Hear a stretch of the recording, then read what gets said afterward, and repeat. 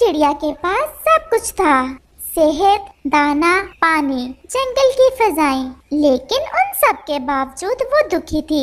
वो हर समय उदास रहती क्योंकि उसका कोई बच्चा नहीं था। वो ऐसे ही उदास अपने घोंसले में बैठी थी और उसका पति उससे कहता है, चलो मीनू, आज दाना लेने नहीं जाना? क्यों ऐसे उदास बैठी हुई हो? मेरा भी मन करता है मेरा कोई बच्चा हो, मैं अपने बच्चे से खेलूं, उससे जंगल की बातें करूं, उससे प्यार करूं, उससे उड़ना सिखाऊं। मीनू, ऐसे बातें नहीं करते। तुम अपना मन थोड़ा ना किया करो। अगर हमारे भाग्य में हुआ तो जरूर हमारा बच्चा भी होगा और तुम उससे खेलोगी भी। मैंने आपसे इतनी बार कहा है, पास वाले जंगल में हमारा इतना बड़ा परिवार बैठा हुआ है, हम किसी से बच्चा गोद ले लेते हैं। पता नहीं आप क्यों नहीं मानते। मीनू, कोई अपना बच्चा किसी को कैसे दे सकता है, और ना ही तुम उस बच्चे को उसकी ममता दे सकोगी। अच्छा चलो, अब देर हो रही है। और फिर वो दोनों दाना लेने निकल जाते हैं। हाय हाय, तुम कहाँ सुबह सुबह ही मेरे सामने आ गई हो? बदकिस्मत चिड़िया, हमसे थोड़ा दूर ही रहो। अगर मुझे पता होता तुम यहाँ आई हुई हो तो मैं कभी भी इस दिशा में दाना लेने ना आती। ये वो ताने थे जो मीनू चिड़िया को हर रोज सुनने को मिलते। वो तो पहले ही बहुत दुखी मारी थी, ऊपर से ऐसी बातें सुनकर कभी कभी तो उसका मन करता कि वो ये दुनिया ही छोड़ दे। वो बहुत दुखी होकर अपने पति से कहती है, चलो अब घर चलें। ऐसे दूसरों की बातों पर कान धरोगी तो बहुत मुश्किल हो जाएगा जीना। मुश्किल तो है जीना, और इससे बढ़कर क्या मुश्किल होगा। बस चलो, मुझे नहीं दाना खाना। और वो दोनों अपने घर वापस चले जाते हैं। रात काफी गहरी हो गई थी। अब सो जाओ, क्यों रात रात भर जागती रहती हो? आप सो जाओ, मुझे अभी नींद नहीं आ रही, मैं भी सो जाऊंगी। और फिर सारी रात चिड़िया की आंखों में ही गुजर जाती है। ये कोई पहली रात नहीं थी, उसे रात को मीठी नींद सोए पता नहीं कितना समय बीत गया था। वो सारी रात यही सोचती रहती कि उसका बच्चा क्यों नहीं है। वो अपनी ममता के हाथों बहुत मजबूर हो चुकी थी और आज उसने कोई बड़ा फैसला कर लिया था। और फिर ऐसे ही सुबह हो जाती है। आप जाएं दाना लेने, मेरी सेहत कुछ ठीक नहीं है। उसका पति अकेला ही दाना लेने चला जाता है। जैसे ही उसका पति दाना लेने जाता है, चिड़िया पास वाले जंगल की तरफ अपनी उड़ान लेती है। जल्द ही वो दूसरे जंगल पहुंच जाती है। वो ऊंची उड़ान लेती है और पेड़ों पर पक्षियों के घोंसलों में नजर दौड़ाती है। उसे एक पेड़ पर घोंसले में अंडे नजर आते हैं। वो जल्दी से उस पेड़ पर बैठ जाती है। ये घोंसला हमारे परिवार के पक्षियों का ही लगता है। इसके पास पंख भी हमारी तरह के ही पड़े हैं। मुझे माफ करना अजनबी पक्षी, मैं बहुत मजबूर हूँ अपनी ममता के हाथों। और वो ऐसा कहते हुए एक अंडा वहाँ से चुराकर जल्दी से वापस लौटती है।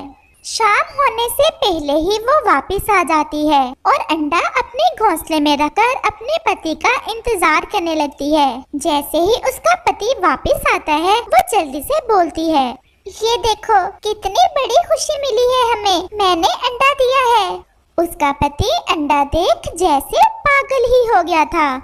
सच में हम कितने भाग्यशाली हैं। मैं तुमसे कहता था ना, उदास ना हुआ कर। देखा, अब तुम्हारा भी बच्चा होगा और तुम उससे खेला भी करोगी। कितनी बड़ी खुशी मिली है आज हमें। लेकिन चिड़िया थोड़ा नाटक करने के बाद अपना सर झुकाकर बैठ जाती है कि कहीं उसके पति को पता न चल जाए कि वो तो ये अंडा कहीं से चुरा कर लाई है।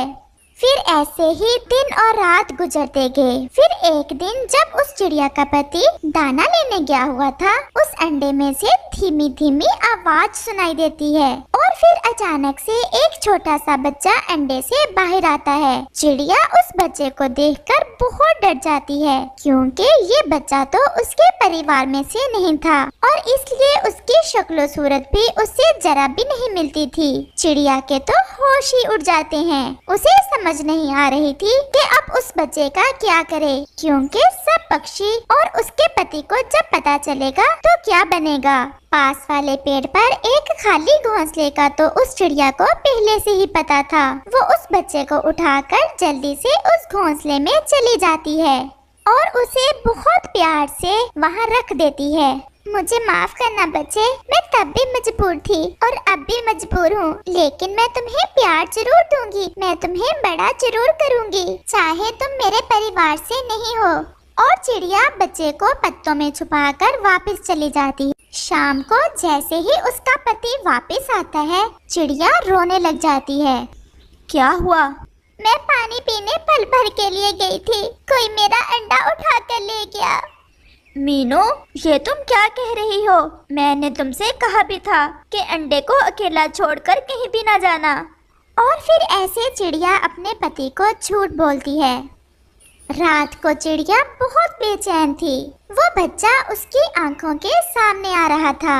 जैसे ही उसका पति सोया, चिड़िया आहिस्ता से उठकर उस बच्चे के पास चली जाती है और उसे अपने बच्चे की तरह ही प्यार करती है। उसे अपनी चोंच से दाना खिलाती है और फिर वापस आ जाती है। ऐसे ही दिन गुजरते गए। चिड़िया हर रात जब उसका पति सो जाता तो उस बच्चे के पास चली जाती और वो बच्चा भी अब चिड़िया को ही अपनी माँ समझता था। माँ, मैं अब उड़ सकता हूँ, आप मुझे उड़ने क्यों नहीं देती? नहीं मेरे बच्चे, अभी नहीं। यहाँ से अभी तुम्हें कहीं भी नहीं जाना। जब तक मैं ना कहूँ इधर ही रहना है। ठीक है मम्मा। चिड़िया जैसे ही वापस मुड़ती है तो पीछे उसका पति बैठा सब सुन रहा था। चिड़िया के तो होश उड़ जाते हैं। उसे समझ नहीं आ रही थी कि अब वो क्या बताए अपने पति को, लेकिन उसका पति सब समझ जाता है। ये बुलबुल का बच्चा उसी अंडे से निकला है ना जो तुम अपना कह रही थी।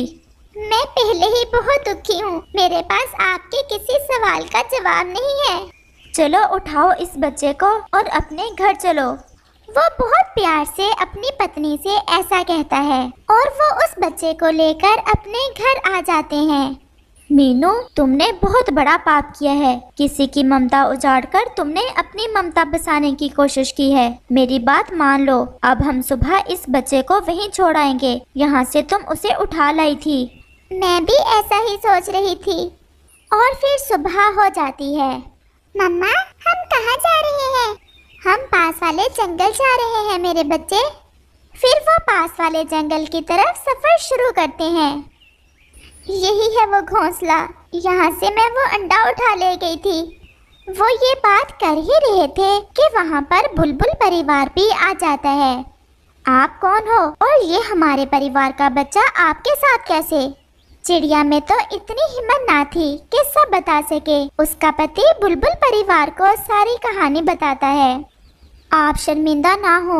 जो पाप आपने किया मैं समझ सकती हूँ। आप कितनी मजबूर होगी अपनी ममता के हाथों, लेकिन आपका धन्यवाद जो आपने मेरे बच्चे को अच्छे से पाला पोसा। अब हमें जाना चाहिए। और वो जैसे ही जाने का कहते हैं, बच्चा रोने लग जाता है। माँ, मुझे छोड़कर जा रही हो, मेरा क्या कसूर है? आपने कहा उड़ना नहीं, जब तक आपने कहा मैं घोंसले में ही रहा, किसी से मिलना नहीं। मैं किसी से मिला नहीं, फिर भी आप मुझे यहाँ छोड़कर जा रही हो। और वो चिड़िया जोर जोर से रोने लग जाती है। मेरे बच्चे, मुझसे गलती हो गई, मुझे माफ करना। शायद मैं कभी खुशियाँ ना देख पाऊँ। चिड़िया, मैं एक माँ से उसके बच्चे को अलग नहीं कर सकती। ये बच्चा अब तुम्हारा ही है, तुम इसे अपने साथ लेकर जा सकती हो। चिड़िया के आंसू थे कि रुकने का नाम ही नहीं ले रहे थे। और फिर ऐसे वो चिड़िया और उसका पति उस बच्चे को साथ लेकर अपने जंगल वापस आ जाते हैं और अपने बच्चे के साथ अपने नए जीवन की शुरुआत करते हैं।